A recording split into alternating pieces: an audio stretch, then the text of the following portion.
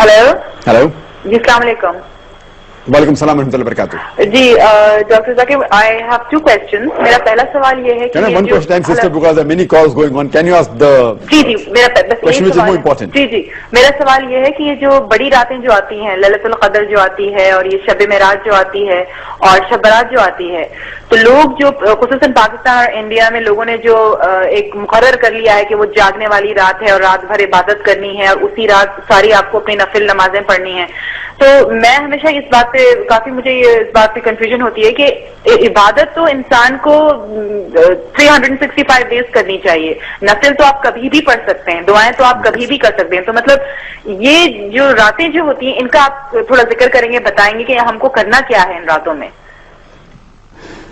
जो बहन ने सवाल किया कि कई रातें हम हमारे माशरे में बनाते, लेकिन जो कुरान मजीद में जिसका जिक्र है वो लैलतुल क़द्र, उसका एक सूरा भी है और ये थाउजेंड्स ऑफ हजारों रातों के मुकाबले में है, सिर्फ एक ही रात का जिक्र है।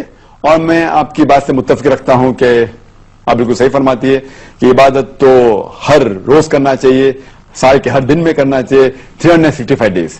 लेकिन खुसूसन क्योंकि ये जो कुरान में जिक्र है कि इस रात में कुरान नाजिल हुआ था, तो ये हमारे लिए एक अहम रात है और हजारों रात के मुकाबले में है अल्हम्दुलिल्लाह। और हमारे रसूल, हमारे पैगंबर मुसलसल फरमाते कि ये आखिरी अशरे में आती है। और मैं समझता हूं कि खुसूसन अल्लाह सुब्हाना व तआला ने ये कौन सी रात है उसका जिक्र नहीं किया तो कि हमें और मौका मिलता है इबादत करने का। तो हम ये आखिरी अशरे में, रमजान के आखिरी 10 दिनों में खुसूसन कहते हैं कि it should be alternate, it should be odd days, या 21वीं रात हो या 23वीं या 25वीं या 27 या 29वीं रात, इन एक रातों में होगा। और क्योंकि हमें पता नहीं कि रमजान कभी एक दिन लेट शुरू होता है, एक दिन पहले शुरू होता है, तो इसीलिए हम सब 10 रात अगर इबादत करेंगे सबसे बेहतर है।